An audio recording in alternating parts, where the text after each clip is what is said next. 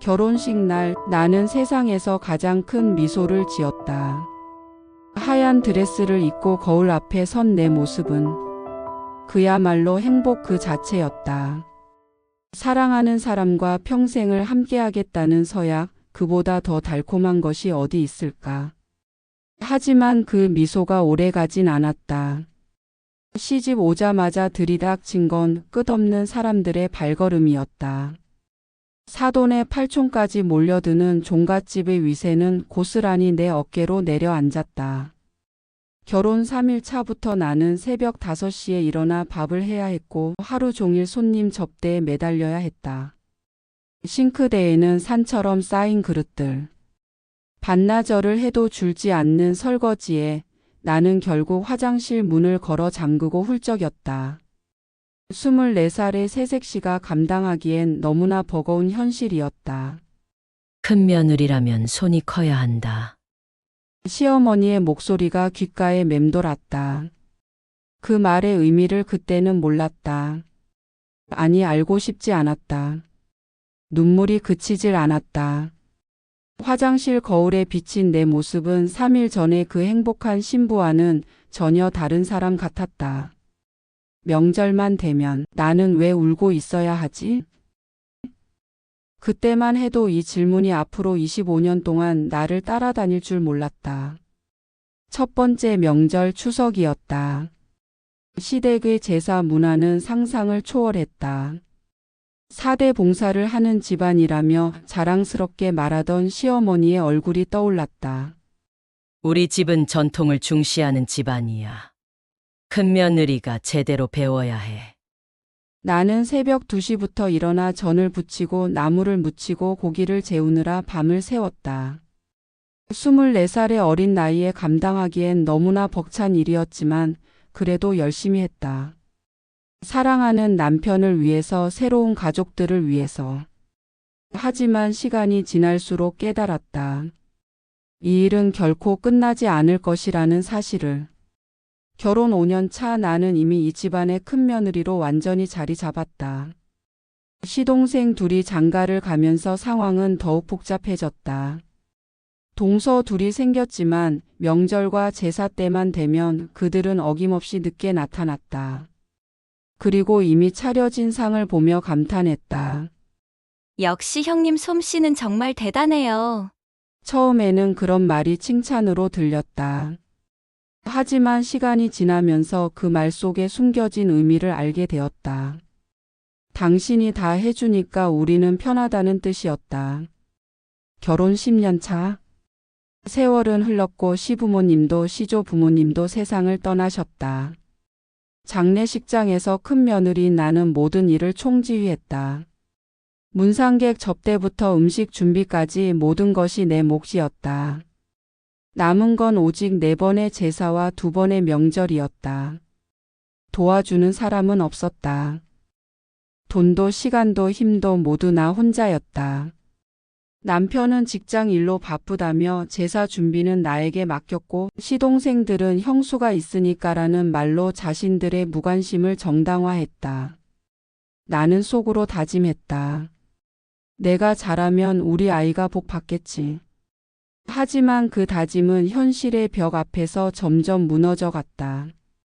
아이는 엄마의 희생을 당연하게 여겼고 남편은 아내의 노고를 알아주지 않았다.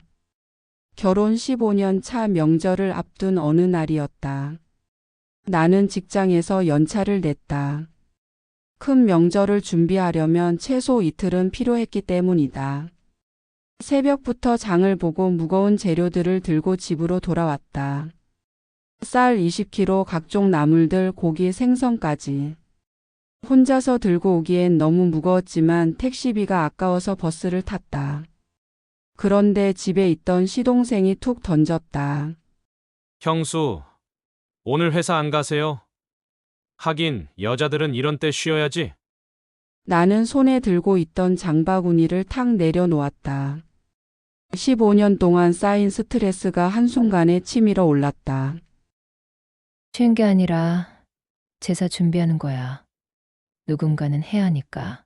시동생은 대수롭지 않게 웃었다. 그래도 형수가 있으니 저흰 편하네요. 그 순간 속이 부글부글 끓어올랐다. 15년 동안 한 번도 제대로 화를 낸 적이 없던 내가 그 순간만큼은 참을 수 없었다. 편하긴 누가 편한데? 내가 이러다 쓰러져도 너희는 눈 하나 깜짝 안 하겠지. 하지만 그때도 나는 마음속으로만 울분을 삼킨 채 차마 말하지 못했다. 큰 며느리의 체면, 가족의 화목이라는 명분 때문에 참고 또 참았다. 결혼 18년 차 어느 명절이었다. 동서가 늦게 도착했다. 나는 이미 몇 시간을 부엌에서 씨름하며 상을 차려두었다. 손목은 아프고 허리는 끊어질 것 같았지만 그래도 웃으며 맞이했다. 그런데 들어오자마자 동서가 이런 말을 했다. 형님, 저희가 늦게 와서 음식 준비 못 도와드렸네요. 근데 뭐 형님이 손이 크셔서 저희까지 먹을 게 넉넉하잖아요. 그 말에 나도 모르게 젓가락을 내려놓았다. 18년 동안 들어온 말 중에서 가장 기가 막힌 말이었다. 넉넉해? 내가 며칠 밤낮을 새며 준비한 건데 넉넉하다니. 목소리가 떨렸다. 화가 나서가 아니라 서러워서. 동서는 멋쩍게 웃었다. 에이, 형님, 너무 예민하시다. 큰 며느리는 원래 그런 거 아닌가요? 나는 순간 심장이 철렁 내려앉았다. 18년 동안 내가 한 모든 일들이 그저 원래 그런 것으로 치부되는 순간이었다. 이 집안에서 나는 그냥 부려먹히는 기계일 뿐인가. 결혼 20년 차 여름이었다. 아버님 기일이 다가왔다. 나이 40이 넘으면서 체력도 예전 같지 않았고 갱년기 증상까지 겹치면서 몸이 말을 듣지 않았다. 그래도 성의껏 준비했다. 다만 예전처럼 과하게 많이 준비하지는 않았다. 먹고 남는 음식을 보며 느끼는 허탈함이 너무 컸기 때문이다. 내가 땀을 뻘뻘 흘리며 상을 차리자 시동생이 또 입을 열었다. 형수, 음식이 해마다 줄어드는 것 같네? 나는 숨을 고르며 대꾸했다. 줄어드는 게 아니라 내가 감당할 수 있는 만큼만 하는 거야. 그러자 동서가 옆에서 덧붙였다. 형님, 원래 큰 며느리는 손이 크다던데 손이 점점 작아지시네요. 나는 그 말을 듣는 순간 헛웃음이 터졌다. 20년 동안 쌓인 서러움이 한순간에 폭발할 것 같았다. 사람 입에서 이런 소리가 다 나오네. 그날 밤 나는 잠들지 못하고 뒤척였다. 문득 떠올랐던 건 결혼 초기의 기억이었다. 예전에 술에 취해 시동생들 앞에서 큰 소리 쳤던 순간. 제사 음식은 제가 다 할게요. 동서들은 안 해도 돼요.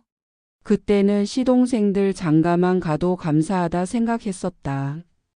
좋은 사람들 만나서 행복하게 살았으면 했고 그러면 명절 때 화기애애할 것이라고 순진하게 믿었다. 지금은 그때의 내 입을 찢어버리고 싶었다. 그 한마디가 20년 동안 나를 올가맨 올가미가 될 줄 어떻게 알았겠나. 결혼 22년 차 내 아들이 결혼을 앞두고 있었다. 예비 며느리를 보면서 옛날의 나를 보는 것 같았다. 그 맑고 순수한 눈빛, 새로운 가족에 대한 기대감. 나는 며느리에게 말했다. 제사나 명절 준비는 신경 쓰지 말고 내가 하고 싶은 일 해. 며느리만큼은 내가 겪은 고생을 시키면 안 된다는 생각뿐이었다. 결혼 25년 차 나는 거울 앞에서 중얼거렸다. 거울 속의 내 모습은 너무나 늙어 있었다. 24살에 시집 왔던 그 젊은 신부는 어디 가고 고단한 중년 여성만 남아 있었다. 내 아들에게만큼은 이 짐을 물려주지 않겠다. 이번 명절에 끝을 내자. 25년 동안 참아온 것들이 한순간에 떠올랐다. 새벽부터 부엌에서 보낸 수많은 시간들, 손목이 아파도 참고 부친 전들, 아무도 알아주지 않던 노고들. 이제는 정말 끝낼 때가 되었다. 그의 추석이었다. 모두가 둘러앉은 자리에서 나는 평소와 다름없이 상을 차렸다. 하지만 마음속으로는 이미 결심을 굳혔다. 제사를 지내고 모두가 술을 마시고 있을 때 나는 술잔을 내려놓고 말했다. 올해부터 명절은 안 지낼 거야. 제사도 하나씩 줄일 거고. 순간 방 안이 조용해졌다. 모든 사람들의 시선이 나에게 집중되었다. 시동생이 벌떡 일어섰다. 형수, 조상 제사를 없애다니! 그건 불효예요! 나는 단호히 말했다. 불효? 불효는 니들이야. 제사상 앞에서 술만 마시고 돈 한 푼 보태지 않는 니들. 25년 동안 참았던 말들이 쏟아져 나왔다. 25년 동안 내가 얼마나 많은 돈을 썼는지 아니? 연차 내가며 준비하고 새벽부터 밤까지 부엌에서 죽치고 앉아 있었는데 너희들은 뭘 했어? 동서는 비웃었다. 형님, 그래도 큰며느리 체면이라는 게 있죠. 그 말에 나는 완전히 폭발했다. 체면? 체면이 밥 먹여주냐? 나는 이제 내 삶을 살 거야. 내 며느리도 절대 나처럼 살게 하지 않을 거다. 시동생이 목소리를 높였다. 형수가 이러면 우리 조상들이 뭐라고 하겠어요? 나는 냉소적으로 웃었다. 조상이 살아계실 때 제대로 모셨어? 돌아가신 후에야 제사 지낸다고 효도한 척하지 마. 동서가 끼어들었다. 형님, 좀 진정하세요. 원래 큰며느리가 큰며느리가 뭐, 큰며느리면 사람이 아니야? 나도 누군가의 소중한 딸이었어. 그런데 25년 동안 이 집 가정부 노릇만 했잖아. 남편이 당황스러워하며 말했다. 여보, 진정해. 나는 남편을 똑바로 쳐다봤다. 당신도 마찬가지야. 25년 동안 내가 얼마나 힘들어했는지 한 번이라도 물어본 적 있어? 나는 모든 가족들을 둘러보며 말했다. 내가 왜 이러는지 알고 싶어? 지난 25년 동안 내가 얼마나 외로웠는지, 얼마나 서러웠는지 말해줄까? 나는 차근차근 이야기했다. 새벽 2시에 일어나서 전을 부치던 이야기. 아픈 몸을 이끌고 장을 보던 이야기. 명절 때마다 화장실에서 울던 이야기. 나는 기계가 아니야. 나도 피곤하고 아프고 쉬고 싶을 때가 있어. 그런데 25년 동안 단 한 번도 그런 말을 할 수 없었잖아. 시동생의 아내가 말했다. 그래도 형님, 우리도 나름은 도움이 되려고. 도움? 언제? 늦게 와서 이미 차려진 상에 앉는 게 도움이야? 설거지 한번 해본 적 있어? 나는 마지막으로 선언했다. 앞으로 제사는 돌아가면서 할 거야. 나 혼자 다 하는 건 이제 끝이야. 시동생이 화를 내며 말했다. 형수가 이러시면 우리가 어떻게 해요? 나는 담담하게 대답했다. 어떻게 하긴? 너희들이 해야지. 나도 배워서 했는데 못할 게 뭐 있어? 소란이 잦아들고 가족들은 하나둘 자리를 떴다. 시동생들은 불만에 찬 표정으로 집을 나갔고 남편은 말없이 방으로 들어갔다. 나는 부엌에 홀로 남아 설거지를 했다. 25년 동안 해온 일이지만 이번만큼은 기분이 달랐다. 마지막이라는 생각에 한편으로는 시원했고 한편으로는 서글펐다. 가슴은 두근거렸지만 마음은 이상하게도 편안했다. 그래. 결국 누군가는 끊어야 했어. 내 아들 세대만큼은 이 지옥을 물려주지 않겠다. 그 사건 이후 몇 달이 지났다. 시동생들과는 한동안 연락이 뜸했다. 남편도 처음에는 나를 원망하는 듯 했지만 시간이 지나면서 이해하기 시작했다. 여보, 정말 힘들었구나. 미안해. 내가 너무 몰랐어. 남편이 사과를 받았을 때 나는 울었다. 25년 만에 처음으로 들어보는 남편의 진심 어린 사과였다. 며느리가 찾아왔다. 어머니, 제가 도와드릴 일이 있으면 언제든 말씀해 주세요. 고마워. 하지만 내가 할 필요 없어. 그럼 제사나 명절은 어떻게 해요? 간단하게 할 거야. 아예 안 하거나. 살아있는 사람들이 더 중요해. 몇 개월 후 시동생이 찾아왔다. 형수, 그동안 정말 미안했어요. 나는 차를 대접하며 말했다. 미안하다고 해서 끝날 일은 아니야. 하지만 내가 깨달았다니 다행이야. 앞으로는 우리도 돌아가면서 할게요. 형수 혼자 하게 하지 않을게요. 하지만 나는 고개를 저었다. 아니야, 나는 이제 그런 거 안 해. 첫 번째 명절을 보내지 않은 날 나는 남편과 함께 여행을 떠났다. 25년 만에 처음으로 명절 때 집을 비운 것이었다. 바닷가에서 바라본 일출은 그 어떤 제사상보다 아름다웠다. 여보, 행복해? 남편의 물음에 나는 웃으며 대답했다. 응, 정말 행복해. 25년 동안 참아온 서러움. 이제야 입을 열었고 그 한마디가 내 인생을 바꾸었다.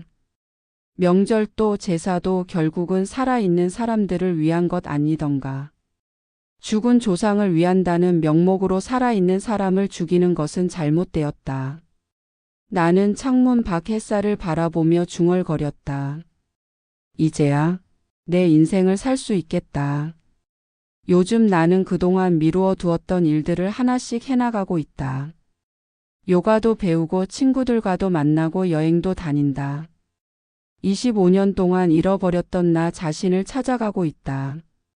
가끔 시동생들이 안부를 묻기도 하지만 예전처럼 명절이나 제사 이야기는 하지 않는다. 그들도 이제는 알고 있다. 그 시절은 영영 돌아오지 않는다는 것을. 내 며느리는 자신의 꿈을 포기하지 않고 직장 생활을 계속하고 있다. 그 모습을 보면 뿌듯하다.